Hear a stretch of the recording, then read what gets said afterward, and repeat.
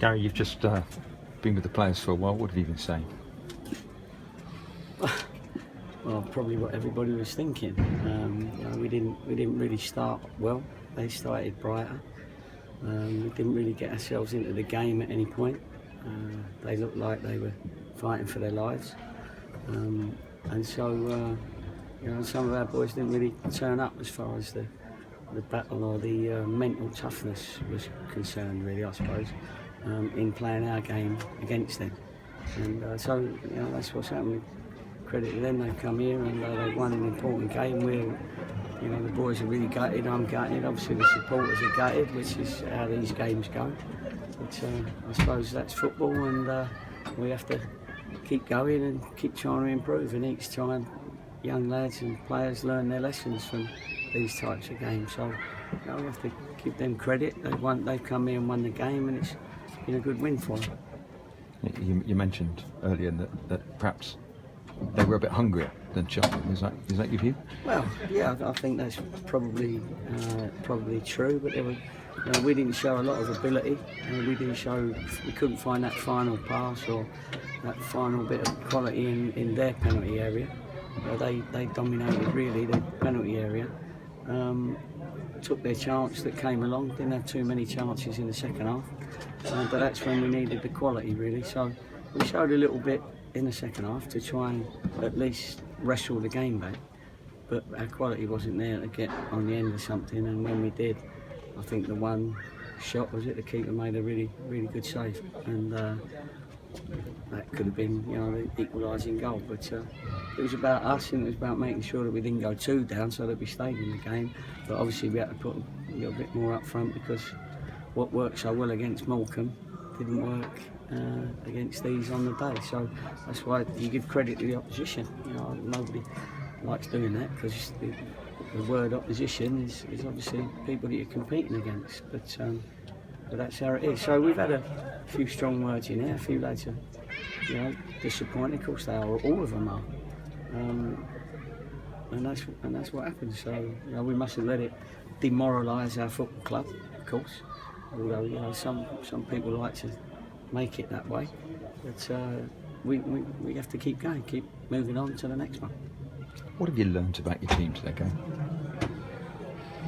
Well, we didn't do enough. I think I've mentioned all the things that I learned about us today. 1 minute we can be strong and good and create that final pass and create the goals. We scored 60 goals this year or so.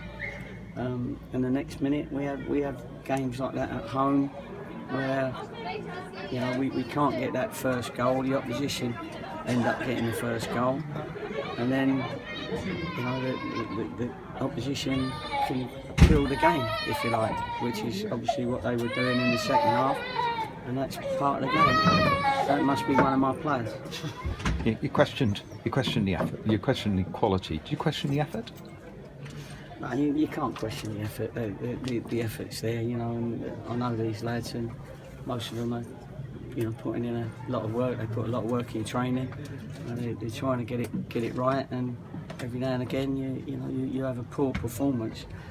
It was a shame it was today, because it was an important performance for everybody, and we knew that, and everybody knew that. But as I say, we have to say well done to them, and we'll see where we all are at the end of the season.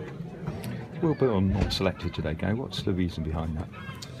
I didn't feel he was right mentally to come into the game.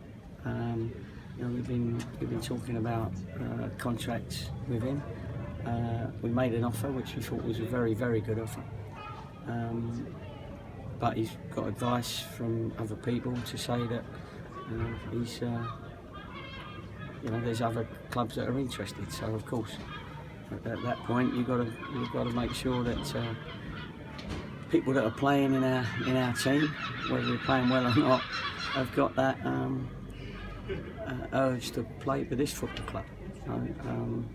And that was all really. It was just that. I just didn't. I'm sure he would feel that probably he was mentally ready and wanted to play. But I've always found over the years, if you make somebody an offer and you think it's a good one and it's the last one, then it's very difficult to play them if they turn that down.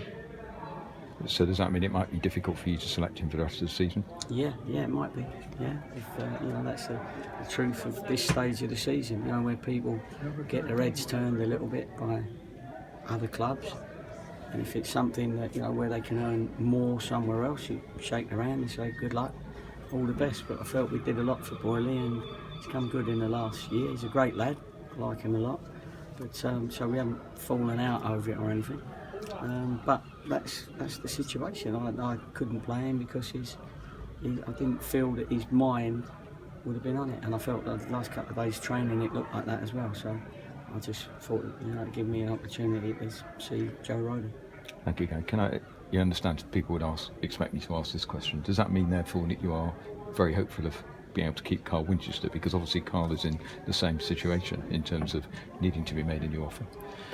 Yeah, but Carl hasn't made his mind up yet as to what he's quite doing, but he's got a particular time scale to tell us.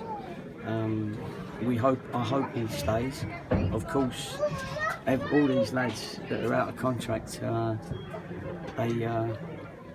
their representatives are looking to earn them, double their money or whatever, earn them more money somewhere. So, but Winnie, I felt, is still mentally with us at the moment, and he's been doing okay in training as well, and I've had long chats with both of them. So yeah, disappointing, but I've done it for 30 years now, and at this stage of the season, that's what happens to a lot of players, and you have to make your decisions and move on. Gary, very honest interview. Thank you.